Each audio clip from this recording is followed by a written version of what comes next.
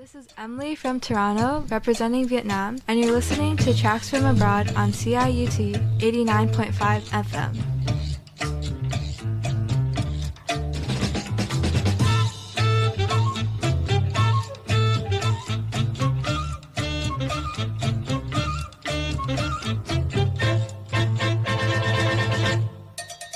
Đường lên non thì cao, tình yêu nước nung nấu, giọt sương hay hạt châu, dòng sông in ngàn sao, lấy trời làm màn, đất rừng làm giường, thay đèn bằng màu ánh trăng.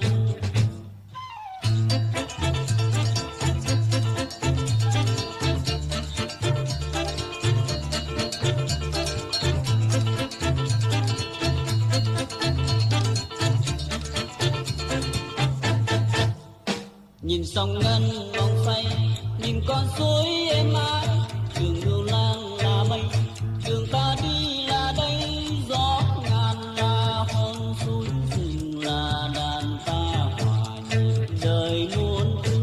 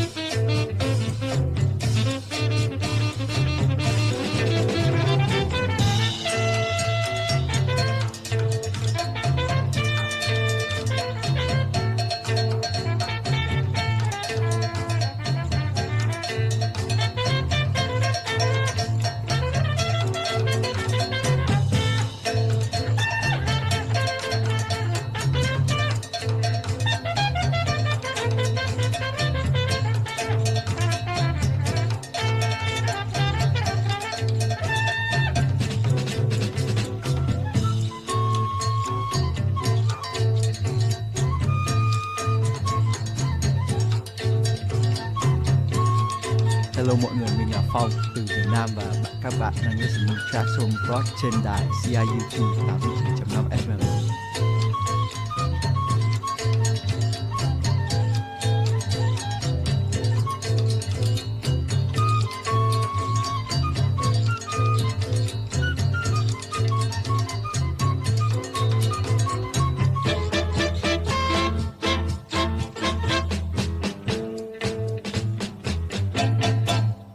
Đường lên non thì cao, tình yêu nước nung nấu, giọt sương hay hạt châu, dòng sông in ngàn sao, lấy trời làm màn, đất rừng làm giường, thay đèn bằng màu ánh trăng.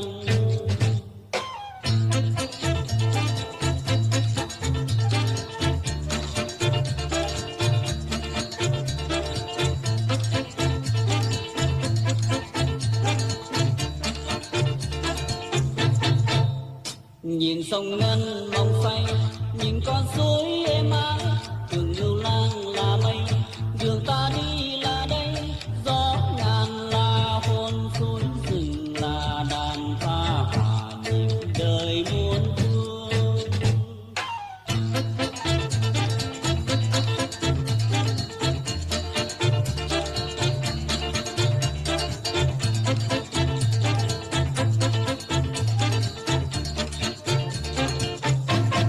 Hello and welcome to Tracks from Abroad on CIUT 89.5 FM. My name is Alex Troxel. I'm here with my co-host, Seth Martosh. Seth. Could you tell us a bit about what Tracks from Abroad is all about? Well, yeah, Tracks from Abroad is a show where we interview students at the University of Toronto. We go around and we find students from foreign backgrounds, from different cultures, from places not Canada.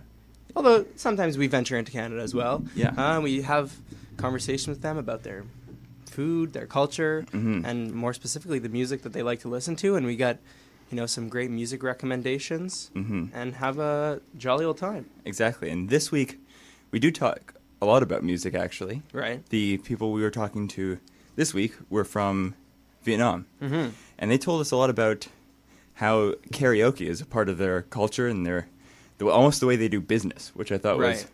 was really interesting. So we'll get to hear from them later. And our in the guest episode. also said that to get to know somebody in business in Vietnam, you go drinking with them. Yes. Which I like, It's you let the guard down. You're not so what's the word I'm looking for? So formal and Yeah. reserved. You could really see the true colors of somebody. if Yeah, you I go guess out so. them. But yeah, what else do they tell us about? They also talked about how they play cards as like a sort of cultural practice.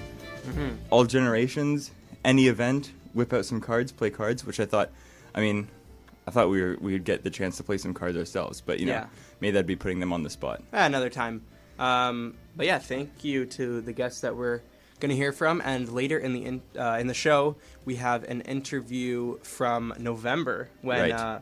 Tracks from Abroad went to Montreal, and we interviewed a Vietnamese-Canadian artist named Huu Bac. Mm-hmm. And you'll hear from that later. Yeah, we don't want to spoil that one. That No. one I actually quite enjoyed. I got to listen to it for the first time just a little while ago because Right. I wasn't there. That was all your work. So thank you for that, Seth, for bringing us that interview. Anytime. And I think without further ado, or is there something else you want to say? If you want to follow up on the lives of some of our guests. Oh, follow up on... Yeah, exactly. Well, so the guests that we're going to talk to today, they also were representing the U of T Viet Students Association. Yes. And although they don't have any specific events going on right now, they had some visits to Temple and some other like karaoke events, but we'll let them talk about that. But they do have something going on right now, Exec Dares, which I was taking a look at. And they're doing some fundraising, and if they get to $1,000, Justin is going to shave most of his head. Okay. So if you want to go and see Justin shave most of his head, I'm not sure exactly who Justin is, but visit the UTVSA Instagram account, and you can check up on some of our guests, what they're up to, and Yeah. how they've been. And maybe if you're really eager, you can push Phong and Emily to take on some to dares do some themselves. dares. Yeah, go get them. There's a couple ones that don't have names attached to them, so maybe you could get them to Interesting. have a spoonful of Mam Tom, which is shrimp paste, Oh, which would be pretty. that's rough. Yeah. That's rough. Well, we'll let you decide on exactly what you want to try and pressure our guests into doing after you listen to the interview. That's where you decide on these things. So without further ado, we'll send it to our interview today with Phong and Emily from the Viet Student Association. On Tracks from Abroad. So I was born and raised in Toronto. So I was born and raised in Vietnam. And where in Vietnam? So I was born and raised in the capital city. And so why did you come to Toronto? When I first came here, I was in Vancouver for 3 years. I had high school there in Victoria in a small school called SMU, St. Michael's. And when I first landed here, my parents wanted me to go either to U of T or UBC. And like a funny fact is that my sister's in UBC, and I'll be like too reliant on her and stuff, right? So I want to start my own life, start new, start fresh. So I went to U of T. And why did you end up coming to Canada at all? I moved here in grade 10. So it was between the US or Canada. And I had a family friend. He's also in U of T, actually. Okay. His parents convinced my parents, actually, to go to Canada. So that's why I went here. Nice. And then what about you, Emily? Do you know how your parents decided to come here? Originally, my dad's side is from Cambodia and my mom's side is from Vietnam. So in Cambodia, like a while ago, there was a Cambodian civil war. So my dad's side ran from there to Vietnam, where they were in refugee camps. And then after a while, one of my uncles was able to make it to Canada. So then he sponsored my grandparents, and then they took my dad, and then my dad sponsored my mom here later, and then my mom is from Vietnam. Yeah. I was gonna ask about the food because a lot of times we have like people come on the show from, I guess, cuisines that are lesser known, and they're like, oh, there's no good of like this country food here. Like, I feel like that would be hard to say for you guys. Like, there's a lot of Vietnamese cuisine, like it's pretty popular here. Does it dilute like the quality at all, or are you guys like proud that there's so much Vietnamese cuisine here?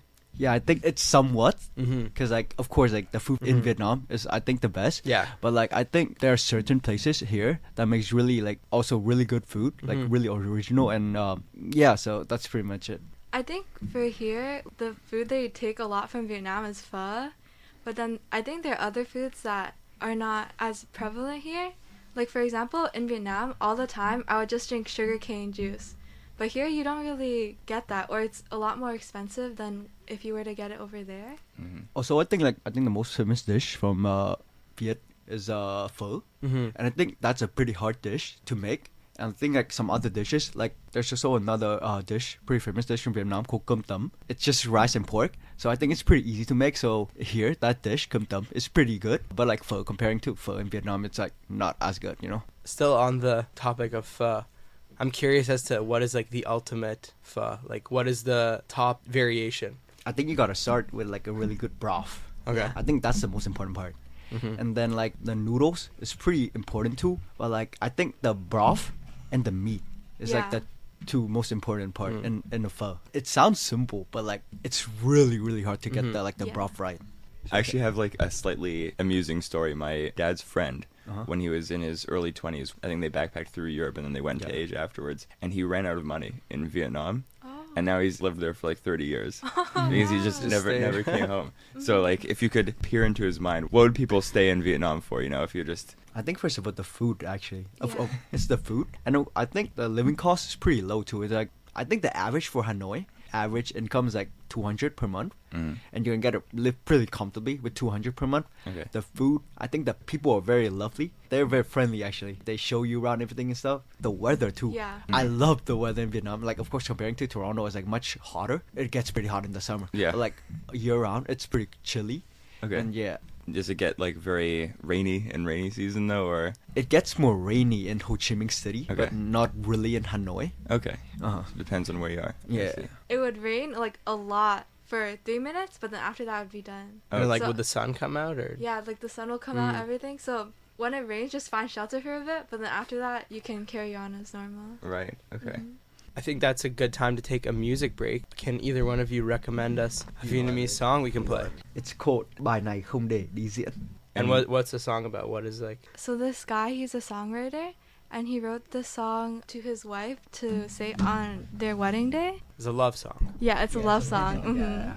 So we'll take a listen on CIUT 89.5 FM, and we'll be back on Tracks from Abroad.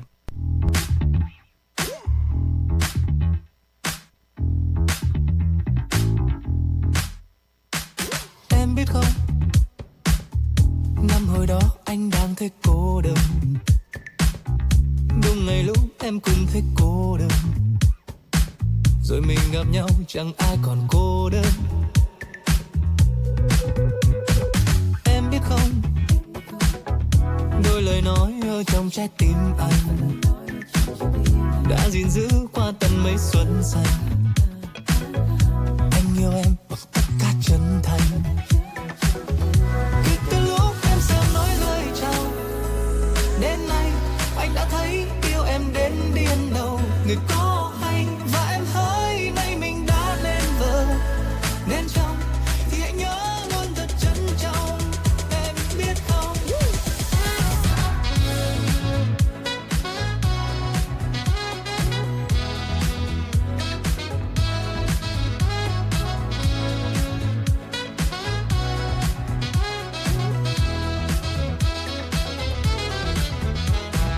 Em biết không?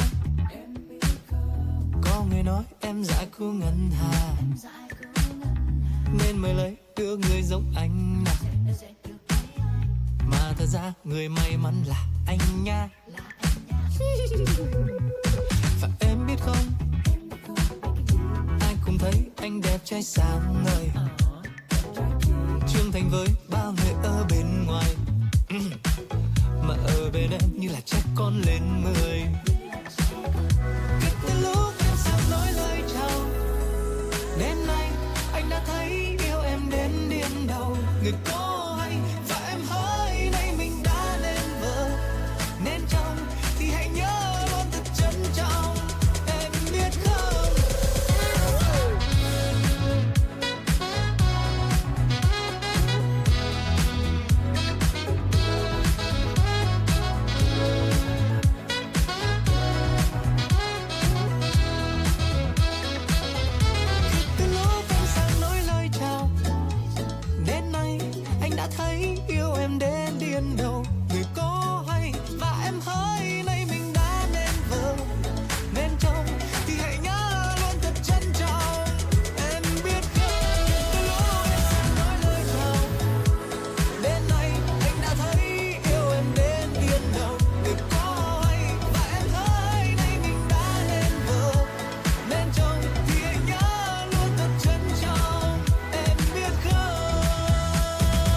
Welcome back to Tracks from Abroad on CIUT 89.5 FM. Today we are speaking with Phong and Emily from Vietnam. The reason that we got in touch with you guys was through the Vietnamese Student Association that you guys are with at the university. Can you tell us a little bit about the club and what you guys do? So it's a non-profit club, but it was made to preserve and promote Vietnamese culture. I think one of the biggest misconceptions about the club is that people are scared that you have to be a Vietnamese person to join or to participate in events, but that's not true at all.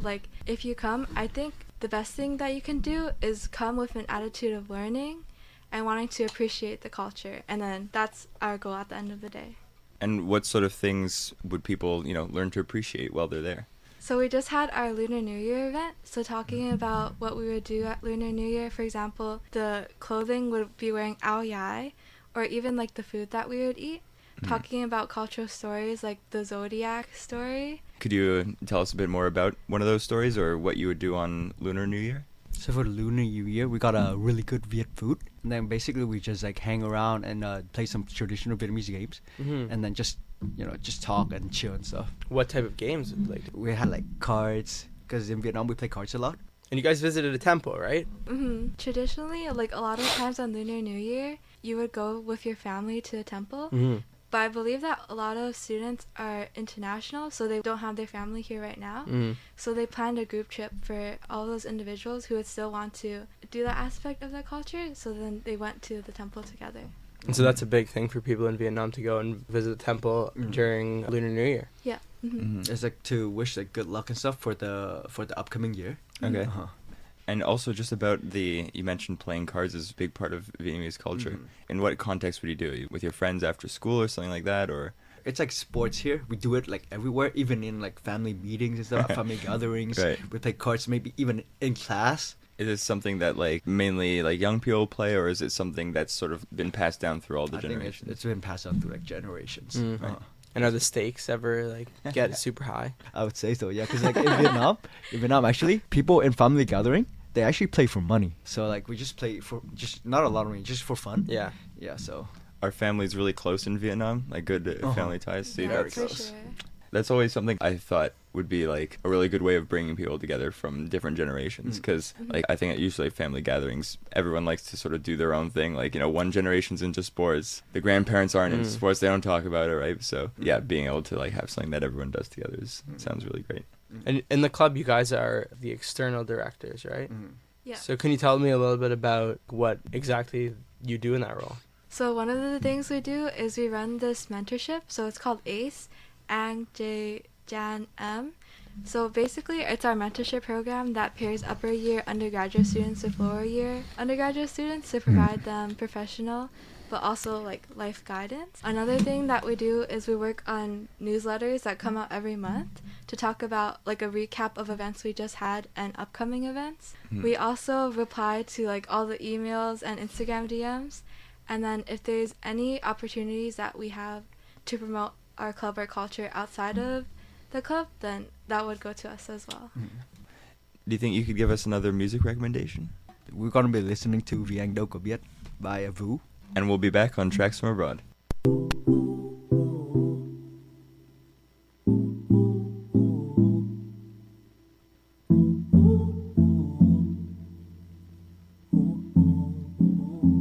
Vì anh đâu có biết trái tim ngổn ngang, vì anh đâu có biết đúng sai ngỡ ngàng, vì anh luôn hối tiếc chiếc ôm dở dang, chìm trong đôi mắt biếc anh không thể mang. Vì anh đâu có biết dỗ đi thời gian, vì anh đâu có biết nắng mai đang tan, vì anh luôn hối tiếc anh không thể mang mùi hương trên mái tóc giữ theo câu chuyện anh rơi. Ai lạc trong từng cơn mưa, ngu ngơ bước theo nơi đôi bờ mi đón đưa, vắng khoang chìm trong làn mây thưa. Em ơi có rơi vào nhăn nhó hay chưa, hay khi ngày em vô tình rơi trôi với cuốn theo con tim đầy đi khắp nơi.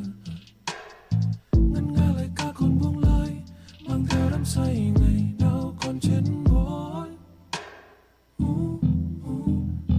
Bởi vì anh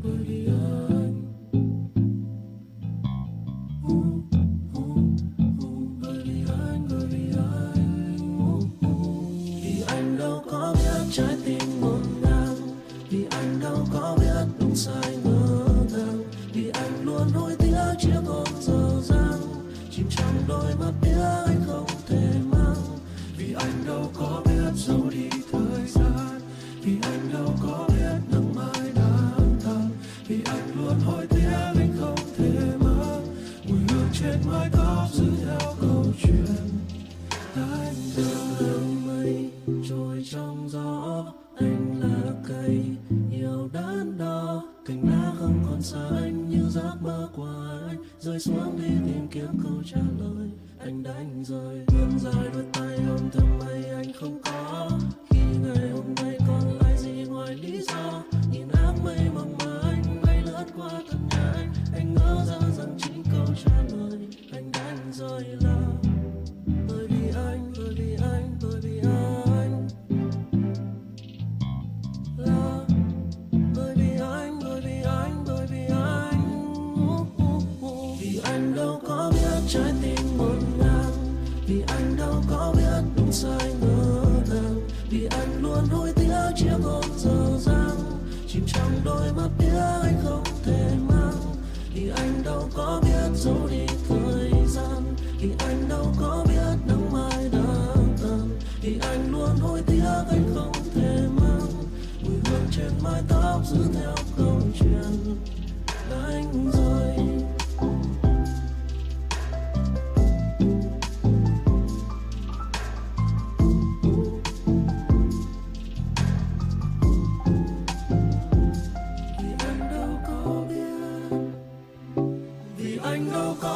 Trái tim ngổn ngang, vì anh đâu có biết đúng sai ngỡ ngàng, vì anh luôn hối tiếc chiếc hôn dở dang chìm trong đôi mắt biết anh không thể mang. Vì anh đâu có biết giấu đi thời gian, vì anh đâu có biết nắng mai đã tàn, vì anh luôn hối tiếc anh không thể mang.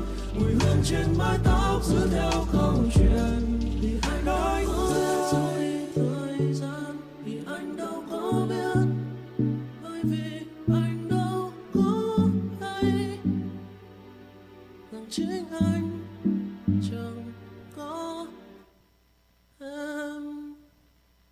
Hello and welcome back to Tracks from Abroad on CIUT 89.5 FM. Today we're talking with Phong and Emily. Are there any aspects of Vietnamese culture or stereotypes that you want to dispel or, even confirm here? I wouldn't say it's like a stereotype, but like a lot of people in Vietnam like ride on the bikes, right? Oh, on a motorcycle. Yeah. That is true. That's though. true, yeah. The same car in Vietnam is like 5 times the price of the car here. Wow. Yeah, the Right. cheapest car you can get is probably like at least 20-30K. Wow. And 20-30K in Vietnam is a lot because Yeah. like the average salary is only like 200 per month And like why are the cars so expensive? because of the import taxes and stuff. Mm. Yeah, so that's why it's expensive. And only like the rich people drive a car in Vietnam. And like so I would say like 99.5% of the population just ride motorbikes and stuff. Mm. Yeah, and then even if you were to have a car, like it's so hard to drive because everyone has a motorcycle, and then Yeah. like they could like cut you off at any second. Yeah. Yeah. And then how's the driving there? Like if you're on the motorbike, is it kind of crazy with like a lot of people Yeah, on the it's roads or? crazy. I think you have to be predictable. Mm. Like I remember even one time when I was 10 years old and I went back, like I was just walking across the road with my family. It was like near the end and I was just about to run like to get onto the sidewalk, and then my dad pulled me back because a motorcycle was about to hit me. So Yeah. then you have to be predictable and you have to do it with intent. Because Right. if you're too scared, you'll never get across the road.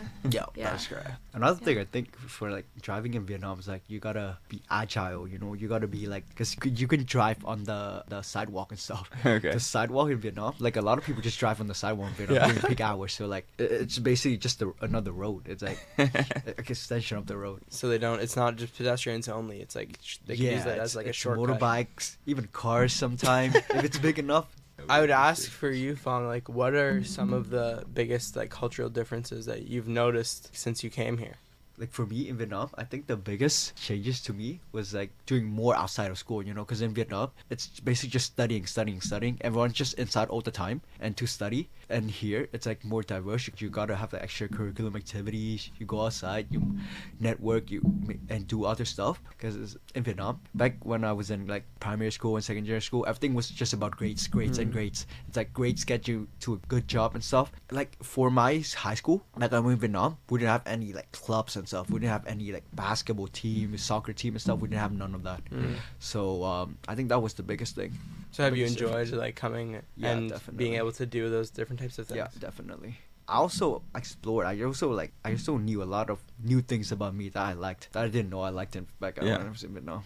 That's cool. Like what, I guess? First of all, I'm really into like basketball. Okay. Because in Vietnam, I think soccer is the main sports. Everyone plays soccer. Like every kid you see play soccer. Also, like basketball in Vietnam is also considered one of the like another rich people sports because we don't have like courts everywhere and stuff. So I came here and I just really love basketball since then. And Emily, when you went to Vietnam, was there anything that you noticed that was sort of, maybe different from the way your family works and like your perception of Vietnamese culture that you had based on your family compared to, how it is in Vietnam? I think the first thing that comes to mind is like the environment.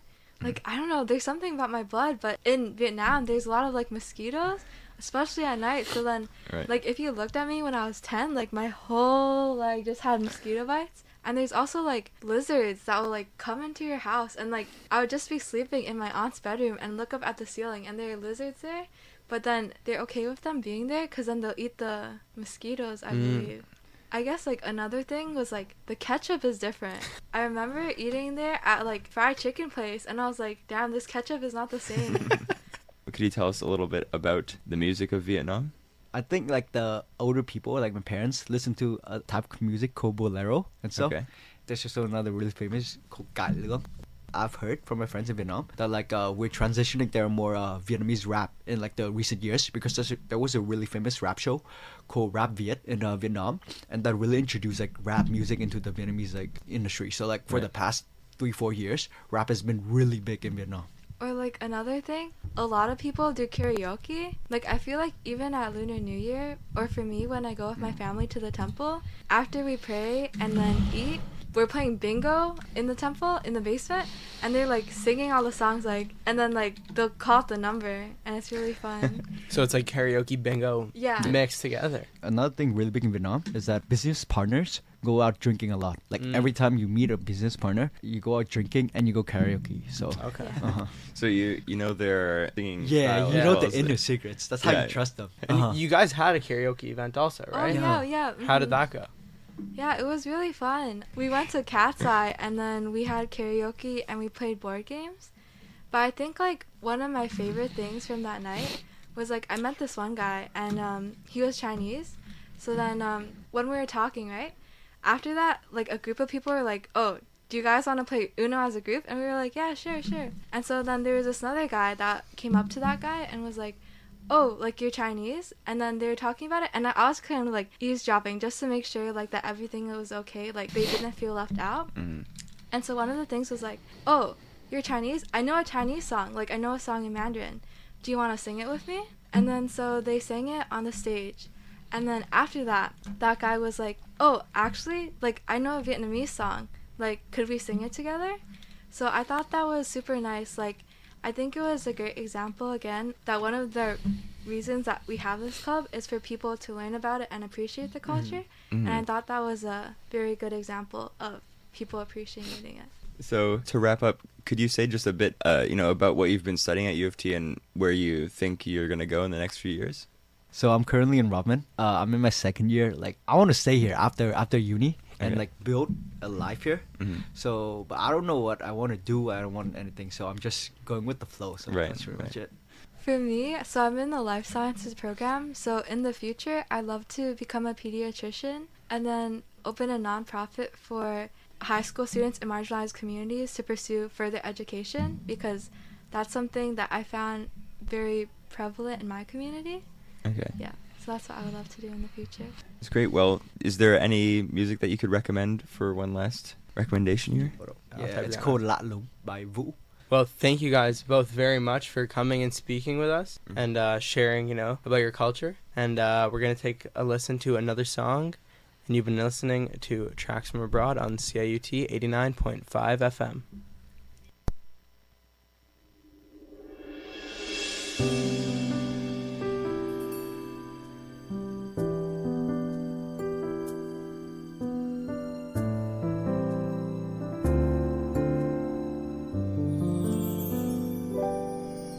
Kìa màn đêm hiu hắt mang tên em quay về trong ký ức của anh và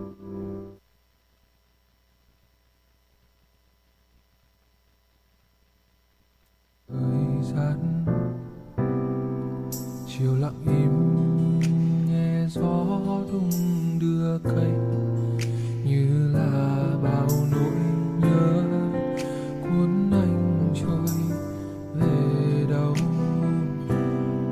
Này gió đừng hát mà mang nỗi nhớ chạy đi, quên âu lo quên hết suy tư một đời.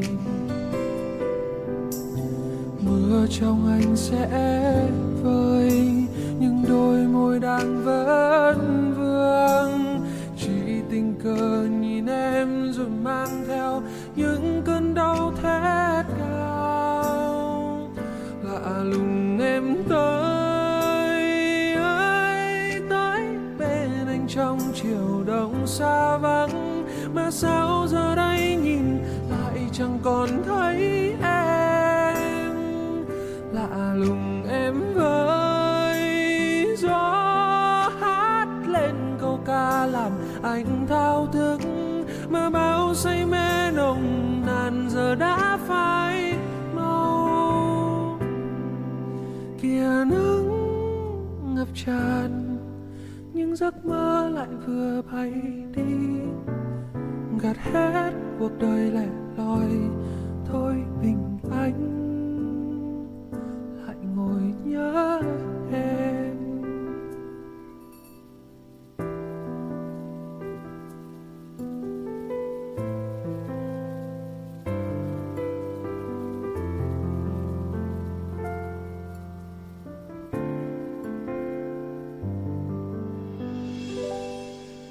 Kìa màn đêm hiu hắt mang tên em quay về trong ký ức của anh qua thời gian. Chiều lặng im nghe gió đung đưa cây như là bao nỗi nhớ cuốn anh trôi về đâu. Này gió đừng hát mà mang nỗi nhớ chạy đi, quên âu lo quên hết suy tư một đời. Mưa trong anh sẽ vơi nhưng đôi môi đang vẫn vương, chỉ tình cờ nhìn em rồi mang theo những cơn đau thét cao. Lạ lùng em tới ơi tới bên anh trong chiều đông xa vắng, mà sao giờ đây nhìn lại chẳng còn thấy em.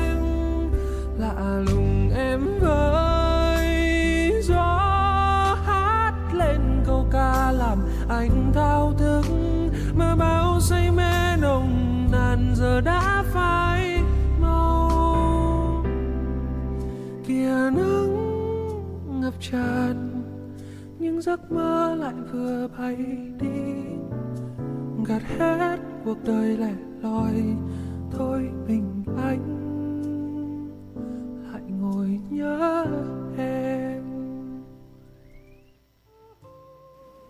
Hello and welcome back to Tracks from Abroad on CIUT 89.5 FM. My name's Alex. I'm here with my co-host Seth. Hopefully you've been enjoying some of the Viet pop music that you've been hearing. If you want to sing along, then it's been doing its job correctly. And thanks again to Phong and Emily for sharing these songs with us. Seth, do you want to tell us what's coming up next? Yeah, well, coming up next we have our interview with Huu Bac from Montreal in November.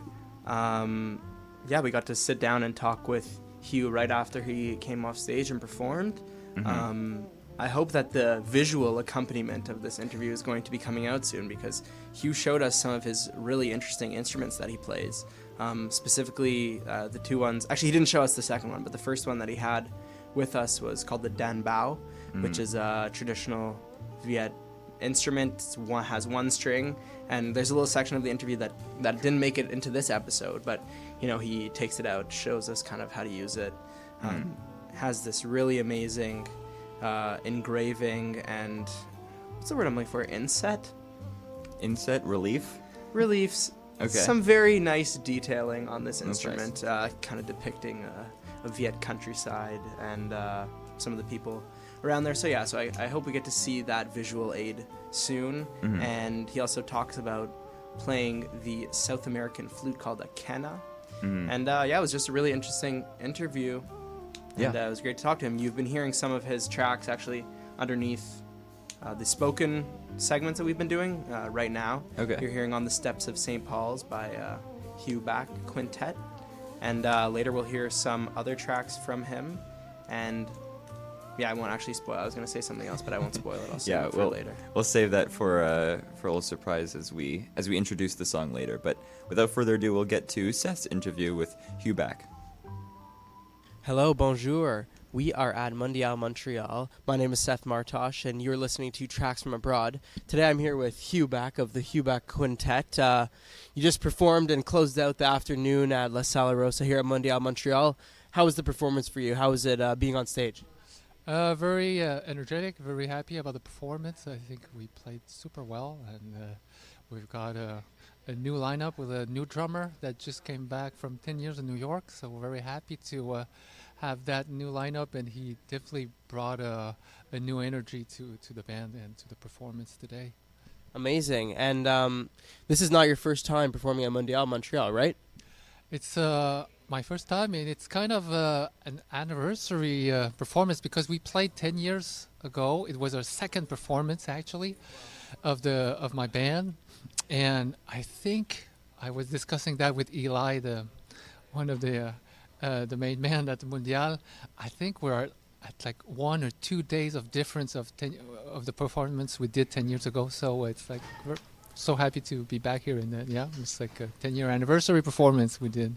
So 10 years ago, what types of instruments were you playing then that you were not playing now, per se? No, it was basically the same, the quintet, but just the members were different. The only guy that's still here today that started the band is the pianist, Guillaume Martineau. And at the time, I also played my compositions, just different compositions. And but now it's just that I've traveled more. I have more, let's say, compositions influenced by my experience in India. That's the last 2 years, and today I played more Afro influence grooves, either Afro-Peruvian or directly from Africa. And as a band, we just have much more experience. As I said, 10 years ago it was a second concert, and now we had many tours of experience. So I think the band sounds much more solid, and there's much more interaction, and just more mature in general. And can you tell us a little bit about your time in India and, traveling over the last 10 years, what sort of instruments you've learned and, again, what you bring to those new compositions? Well, that's a long story, but I'll try to make it short. I started as a guitar player, actually playing just rock and heavy metal the first few years, and then I went to study jazz at the university. And then during my 20s, I had this period of going back to my roots, so I started learning this instrument. It's a Vietnamese traditional instrument called dan bao, a single-string instrument. And the same year I started learning the erhu. It's a Chinese two-string fiddle. And then just a few years later I started being active on the world music scene in Montreal. And at one of those festivals, they had invited in residency a composer from Peru. So we collaborated at that festival and had great chemistry. So he invited me to play in Peru almost every year since 2007, where I've been able to learn the South American bamboo flute, the quena. Also learning to play all the Afro-Peruvian grooves like lando and festejo that I've played today. And in the most recent years, I've been. The last 2 years, I started collaborating with a sitar player. It's a string instrument from India, and we composed music together. And to prepare myself for that, I started studying Indian music with him from the northern style, the Hindustani. And at the beginning of the year, I was also 9 months in Mumbai to study with a very well-known violinist, pioneer of Indian style on the violin, the Western violin. I don't play the Western violin, but I adapted their playing on the Chinese fiddle. So in the last few years, I've been a lot focusing on trying to learn more about West African rhythms. Last year, I'm very happy we played in Africa for the first time in Côte d'Ivoire. And in January, I'm going to go for a residency in Cameroon to collaborate with local musicians, and all that is part of my desire to learn more about African music and African rhythms and how to integrate that into my music. I like... I focus a lot on melody, harmony, but also rhythm. For me, it's I just love to explore rhythm and different grooves from different country and just the swing they put into it. I think a lot of color from a culture comes from the different rhythms. Well, we're now going to take a listen to Life Strip by Huu Bac, and we'll be back with some more conversation on Tracks from Abroad.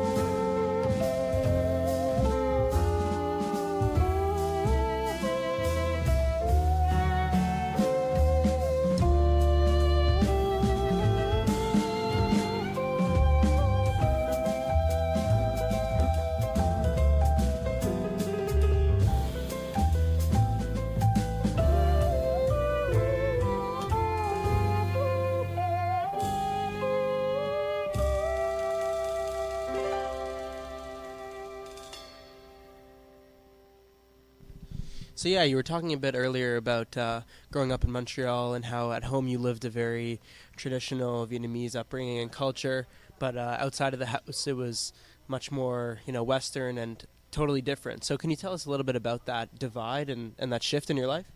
Well, you have to know that I'm part of the wave of refugees we call the boat people that arrive in big numbers at the big wave in Canada was in 79 and 80. I was part of that wave. So I didn't grow up in Montreal. I grew up in a smaller city close by Montreal called Valleyfield. And the amount of immigrant families during the 80s were just a handful. So my parents, they were not prepared for immigration. When we waited, we went out of Vietnam on a boat, and we reached an island in Indonesia where we waited international help for 14 months. We could have gone anywhere, like United States. People were getting picked. United States, France, Germany, and actually we were picked to go somewhere else earlier, but we wanted to go to Canada because my uncle left Vietnam in boat on a few months before, and he waited in Malaysia in a refugee camp only 3 months. So he reached Canada, and he had a cousin who studied in that town where I grew up called Valleyfield. So he asked the government to be sent there. So we knew my uncle was there, so we just waited for Canada to accept us. So I grew up there. And as I said, my parents were not prepared for immigration. So the only thing they knew was their life in their villages as merchant and selling rice and cultivating rice. They only spoke Vietnamese, and our local we're Chinese Vietnamese, so they spoke the Chinese dialect as well. So when we arrived, they just had to learn the language. Of course, they struggled. I think it's just a learning time, but I think they struggled more with adapting to the culture more than learning a new language, and especially having your kids being brought up here. Then it brings up a lot of cultural clashes, challenges, and especially because my parents, being so unprepared for immigration and knowing only their village life at home, it was 100% traditional Asian. And growing up in Valleyfield, as soon as I went out of the house, it was 100% Western Canadians. My friends were always Canadians. It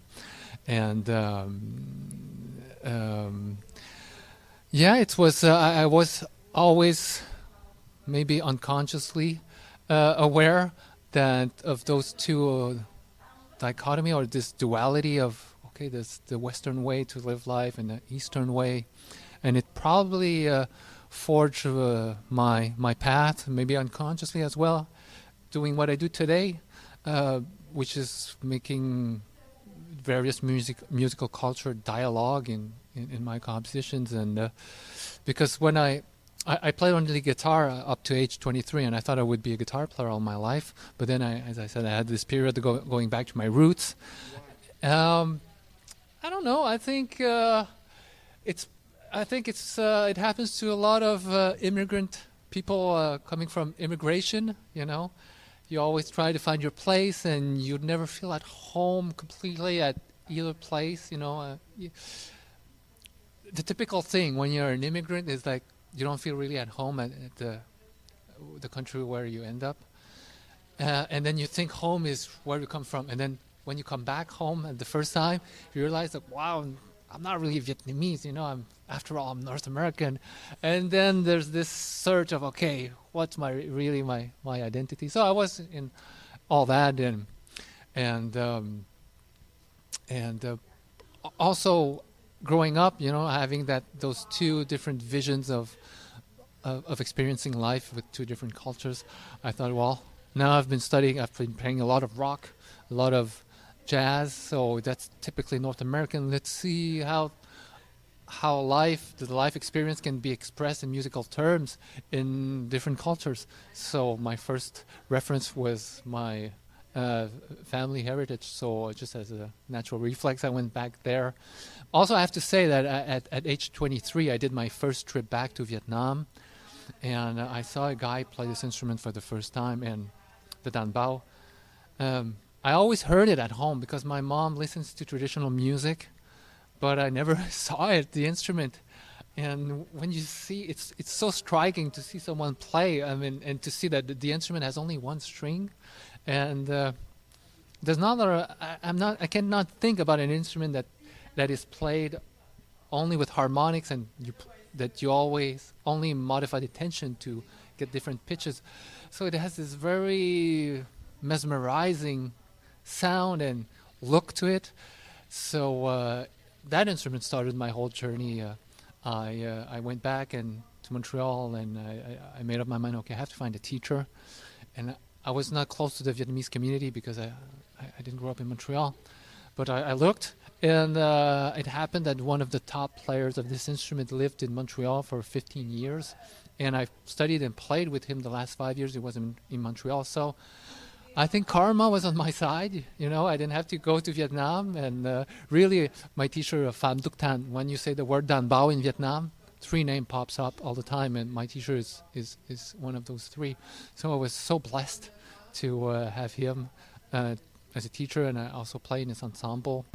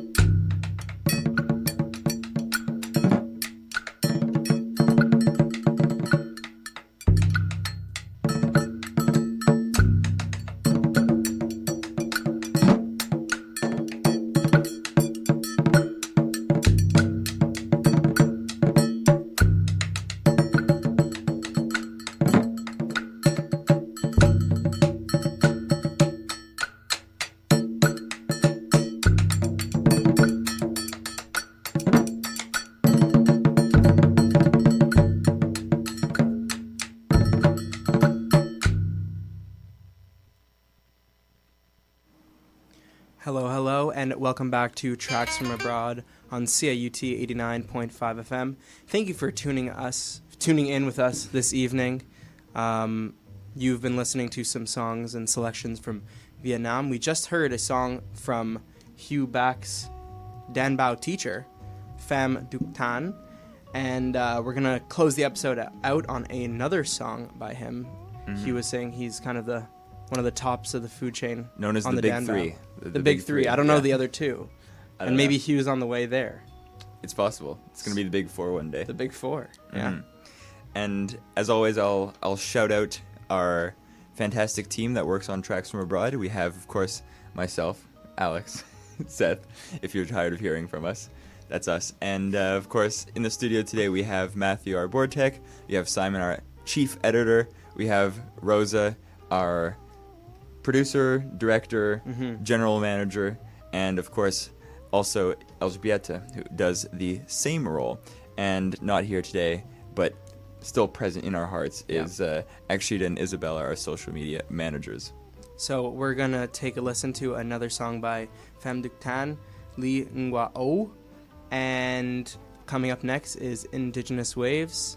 You've been listening to Tracks from Abroad on CIUT 89.5 FM.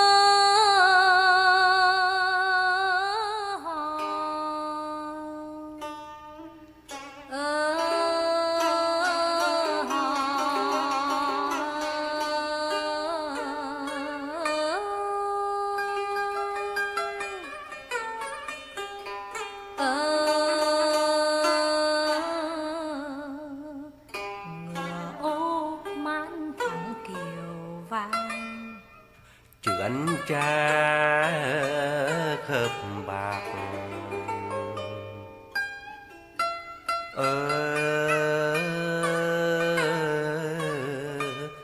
chữ anh cha khớp bạc anh đưa nàng là về